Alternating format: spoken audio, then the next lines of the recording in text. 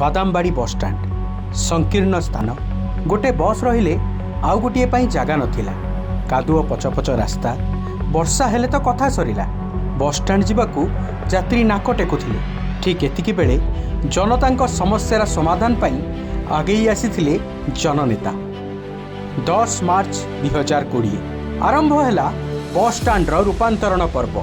मुख्यमंत्री निर्देश रे ग्राउंड रे पहुंची अनुध्यान कले 5T सचिव। 2021 जनवरी 23 नेताजी जयंती रे नेताजी बस टर्मिनाल रो शिलान्यास कले मुख्यमंत्री नवीन पट्टनायक। 5T उपक्रम रे द्रुत गति रे चलिला निर्माण काम। 5T सचिवंक अप टू डेट समीक्षा ग्राउंड आलोचना प्रकल्प को देला वास्तव रूप। सत हैला कटकर वर्ष वर्षर स्वप्न। मात्र 2.5 वर्ष रे 11,000 स्क्वायर मीटर अंचल रे छिड़ा हैला विश्वस्तरीय बस स्टाण्ड। नेताजी बस टर्मिनाल रे लोकंक पई रहिछि विमान बंदर भली सुविधा।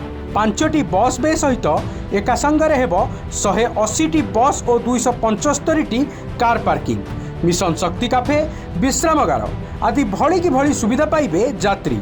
सिल्भर सिटी रे समृद्धिर स्पर्श। नवीन लेखिले नुआ इतिहास।